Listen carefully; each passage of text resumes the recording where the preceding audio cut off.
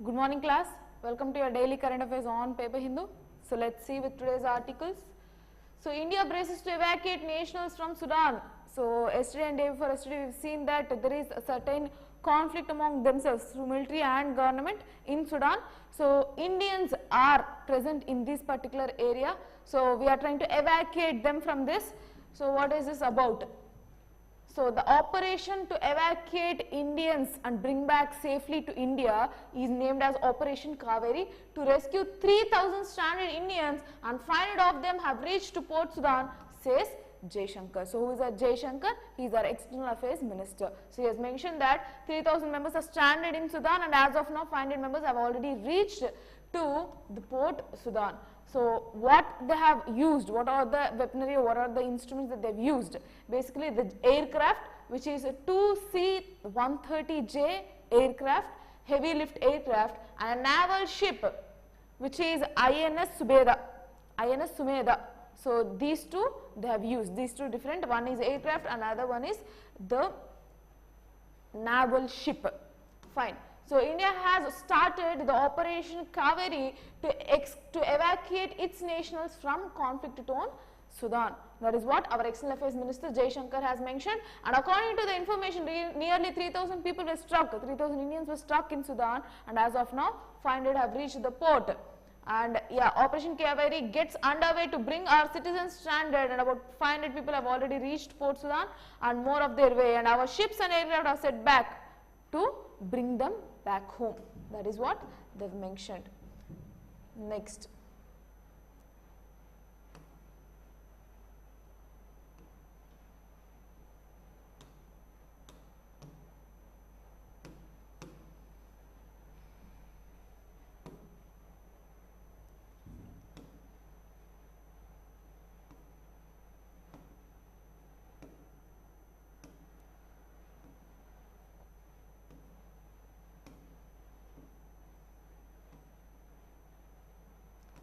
So this is one of the important articles for today, important for your polity. What Supreme Court has told is that governors should not sit over bills, says Supreme Court.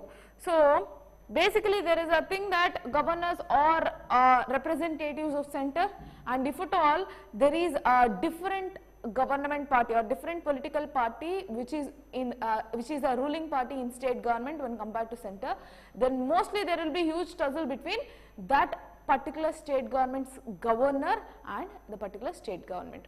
So in that regard, what governors of these particular states do is that they'll basically halt the bills for passage. So at the center level in parliament, if a bill should become an act, they need president assent, and at the same time in the state government, if a bill has to be made into act, then definitely governor's assent is compulsory. But what these governors are doing is they are delaying their assent and halting the bill without even giving a proper feedback like yes or no for the assent. So in that regard, the government party, so the ruling party of Telangana have approached Supreme Court on the existing governor of Tamil Nadu, who is Tamilisai Soundararajan. On that, Supreme Court has mentioned that, sent a strong message that governors should return bills they do not agree as soon as possible. That means if you are not agreeing, if you are disagreeing with a particular bill, don't use your pocket veto. That is what they have mentioned. That is what Supreme Court has mentioned. Don't use your pocket veto, and in return please return that particular bill to the state government as soon as possible, and don't sit on that particular bills, making state legislative assemblies wait indefinitely. So don't exercise your pocket veto powers. That is what Supreme Court has told. So this is as part of your Article 200. So our current CJI D.Y. Chandrachud has mentioned that through Article 200 of the Constitution, which mandates governors shall not dally over the bills sent for the assent after they have been passed by legislative assemblies. So he has upheld this particular article, stating that you cannot withhold the bill for a longer span of time. So if you are disagreeing, please send it to the state legislatures as soon as possible, state legislative assemblies as soon as possible. So the observation is part of a judicial order of the court in a petition filed by state of Telangana complaining that the government Tamilisai Soundararajan has kept the pending bills sent for assent in September 2022. So she has delayed it for a longer time. from September 2022, so as of now till April 2023, she hasn't assented any bill. At the same time, she hasn't returned it. So that is when the state government approached the Supreme Court. Fine. Important that the governors cannot use or cannot exercise the discretionary power of pocket veto for a longer span of time. Next.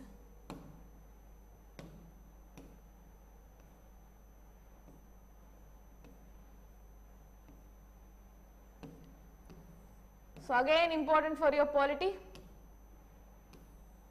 the landmark judgment for judiciary, Keshwananda Bharti case, where the Supreme Court judges have mentioned that the Parliament cannot amend all the articles that are mentioned in the Constitution, and there is a concept of basic structure doctrine on which certain areas in Constitution are unamendable, cannot be amendable. So which might threaten the, so if it is amendable, it might threaten the actual basic structure of the Constitution. That is why some places in Constitution are rigid and some places the Constitution amendability is flexible. Fine. In that case, Supreme Court has launched, so it will be launching, it has created a particular web page, basically a website. So, demystifying Keshwananda Bharti case, web page dwells deep into history. So, they have created one particular web page in which they will clearly mention about what are the cases, what are the scenarios of Keshwananda Bharti case. So, what has actually happened in 1973, everything in detail that they are trying to come up with one particular web page. So, currently what is its relevance? Every other article, if the legislature is creating any particular law or a statutory act which is threatening one's community or a particular part of section or entirely India as a whole, their fundamental rights, if the fundamental rights of a particular community, a religion or a particular sect or India as a whole, if it is threatening their fundamental rights, then obviously Supreme Court can make that particular act or law, whatever it is, government order can make it void. So, in such cases, there comes the concept of basic structure doctrine, and now the Supreme Court has mentioned that we will be launching, we have already created this particular web page which gives you clear identification and clear description of this landmark judgment of Keshwananda Bharti case 1973. That you need to understand. So, this comes where Kiren Rijiju, our current Union Law Minister, has mentioned that, has criticized the Supreme Court for striking down the NGAC, which is the National Judicial Appointments Commission. It has struck down, Supreme Court struck down, stating it as violating the basic structure doctrine. In that scenario, again they are reinstating, Supreme Court is reinstating, stating that this is the basic structure doctrine, you need to understand whatever it is. So, this is again the current update that you need to know. Fine. Next. So, India-China hold frank in-depth talks. Important for your again international relations. 18th round of talks between senior military commanders was held on the Chinese side of the crucial Moldo border meeting point days ahead for the first visit of Chinese defense minister since the start of crisis. They agreed that the peace along border areas would enable progress in ties. So, what is this? This is the first step, 18th round of peaceful talks with, so India with China. So, currently they have had in-depth discussion on what are the possibilities that they can work on. Here again the scenario that you need to understand, the conflict area is in India. So, Chinese are mentioning that it is actually the normalized, the issues with India have already been normalized because that territory of LAC, which is line of actual control, is already Chinese one. So, the border issue has already been resolved. This is what Chinese has mentioned, but according to the Indians' perspective, that particular area belongs to India. So, we are still into peaceful discussions with China. So, ahead of the meeting with Chinese defense minister for the first time since 2014, high position, high delegates of Chinese is going to visit. Again, this is the backdrop. For this, the backdrop is Russia has also mentioned that India and China should collaborate. It is a high time for India and China, which are one of the largest, some of the largest economies in the world, to come into discussion and solve their disputes peacefully. So Chinese have taken, Russians have taken this as a step, and China and India are also in front to discuss about what are the border issues and how to solve them ASAP, so as soon as possible. Next, India and China on Sunday held frank and in-depth talks on 2 remaining friction areas of line of actual control and days ahead of the first visit by Chinese Defense Minister to New Delhi since the start of border crisis, and agreed that restoring peace along the border areas would enable progress in recently strained areas. So we are going up with peaceful discussions with China, that you need to understand. Next. And currently this is one issue, and other issue is near eastern India, Arunachal Pradesh. Again they have renamed certain around 11 places in Arunachal Pradesh, they have renamed as Chinese territories. So this has happened for the 3rd time, and definitely during the visit of Defense Minister of China we are going to discuss this. And also we are going to host SCO this year, which is Shanghai Cooperation Organization. In this particular meet we will be discussing on what are the possibilities to resolve all our border issues with China. And you need to understand Pakistan is also going to visit India for this SCO summit. Next, Vibrant Villages program planned to be merged with PM Gati Shakti. So just now I was mentioning about the Arunachal Pradesh, where 11 places are occupied, they were renamed by China, stating that they are their own territories. So we have started this particular Vibrant Villages program to develop infrastructure in these border areas with China. So especially in the Arunachal Pradesh region, and now what they are trying to do, they are going to merge this particular village vibrant program, so Vibrant Villages program with PM Gati Shakti. So PM Gati Shakti is an integrated program, it is a mega project for infrastructure. So we will see in the articles what's more about it. So the center's ambitious Vibrant Villages program, which aims to develop infrastructure and open up villages along the China border to tourists, will be integrated with PM's Gati Shakti. So whatever the infrastructure programs that we are working currently will be transferred. So in Vibrant Villages program will be transferred or will be merged with PM Gati Shakti. So the digital platform. So recently, I think in the last year, PM Gati Shakti has been launched. This particular project has a digital platform which integrates 16 ministries, including railways, highways, and together integrated planning and coordinated implementation of infrastructure. What they are trying to do, they are going to integrate different ministries that are aligned with infrastructure to make ease of creating infrastructure. Right? So that is what they are planning. In that, Vibrant Villages program will also be integrated. Very good step. Can be added into your infrastructure part of economy and also governance part in GS2. Fine. So they are going to mark these areas, whatever through this Vibrant Villages program, whatever the areas that are located in Arunachal Pradesh, they are going to map through GIS.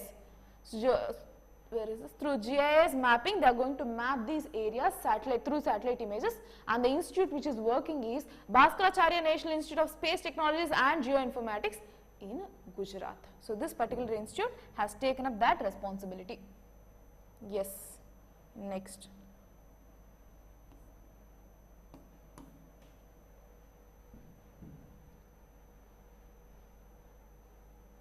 So new IT rules do not offer protection to parody or satire, says HC. So this comes again in the backdrop where the government has told that through PIB will be restraining or will be taking down those social media posts or any kind of articles that are being published which are violating or which are threatening the unity and integrity of the country, which are giving the fake news. In that cases, we will be removing or taking down that particular post or that particular account completely. This is what recently the central government has mentioned, right? In this regard, what has happened?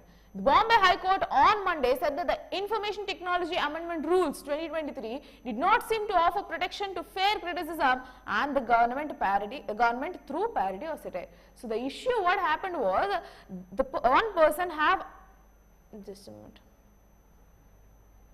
So they filed a particular petition saying that through these IT rules, so if you can see not only this paper, any other local papers, they will be satirically mentioning about the political scenario that is happening. So satirical image will be there, commentary will be there, parodies of what has happened will be there, but will the government actually be protecting people, protecting these people who are doing such parody or political satire? That is what High Court has asked.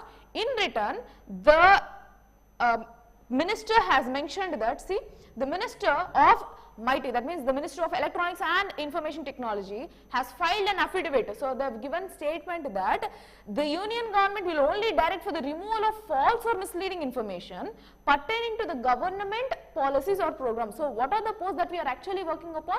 If it is misleading or if it is actually a fake information, that is when we will be removing it. That is what the government has given in an affidavit. Now the issue comes here that High Court has mentioned that you have mentioned that you will be taking down the posts which are fake information, but at the same time you are not protecting those people who are doing this, doing the action of parody or political satire environment. That is where we will be working upon. So we will ensure that there is protection for these people who are doing parody or satire. That is what High Court has told. So currently they are saying that the government action cannot be scrutinized.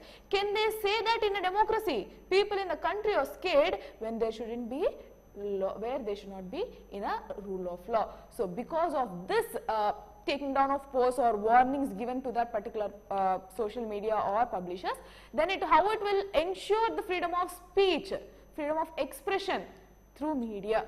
So it is against the rule of democracy, ideals of democracy, and people in India are scared to exercise their actions through these actions in democracy, and it is violating the rule of law.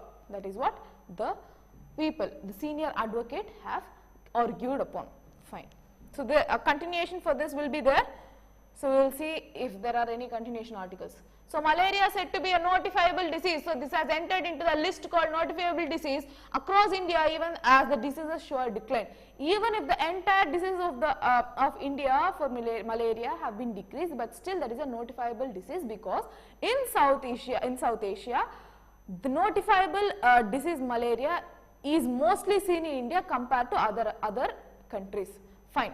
So malaria is said to be a notifiable disease across India, with Bihar, Andaman and Nicobar Islands, Meghalaya too in the process of putting vector-borne disease in this category. This will require by law that cases be reported to government authorities. Currently malaria notifiable in 33 states. So what's happening now? The government, central government is going to make malaria as a notifiable disease, because almost in 33 states in the state government level, everyone has marked that this is a notifiable disease which should be reported. So if a particular disease is mentioned into notifiable disease, then that data, so how many people are being affected, if there is any deaths on this, on an average which age group it is affecting, all these data should be transferred to central government. So now central government is currently in the plan to make it a notifiable disease in entire India. So confirming the development, again we have a target for this vector prone disease, that elimination of malaria, which is India's vision of eliminate the disease by 2030. So elimination of malaria by 2030 is the target. So the Health Ministry also initiated a joint plan with the Ministry of Tribal Affairs for malaria elimination in tribal areas, because that is a place where unhygiene conditions will be there and they are not aware of the scenario. Then definitely we should make them aware, and prevention measures have to be taken. Fine. So some data on that. So India was the only high burden and high impact country in the Southeast Asia region, so which I have mentioned. So despite the cases have been decreased, overall India's affecting rate for malaria is high in entire Southeast Asian countries. So to report a decline in malaria cases in 2020 as compared to 2019, India witnessed a 85.1% decline in malaria cases and 83.36% decline in deaths during 2015 to 2022. So overall 85% decline is there, but still when compared to other countries in Southeast Asia, it is more cases. Fine. Next. So UAE's Hope Mission.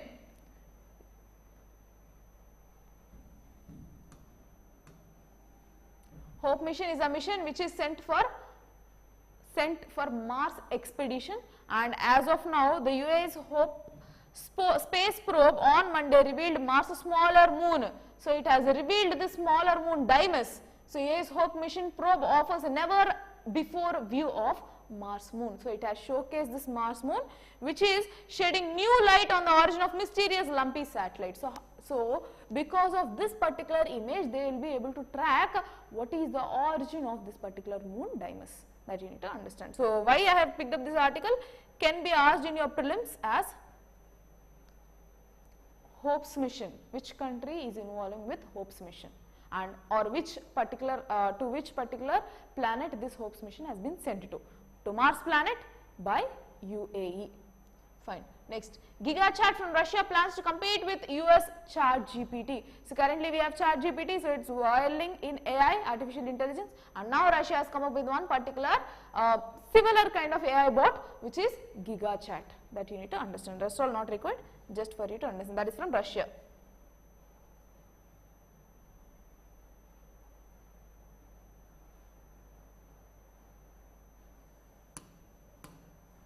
Fine. That's it for today. We'll meet in the next session tomorrow. Thank you for the session. Good day.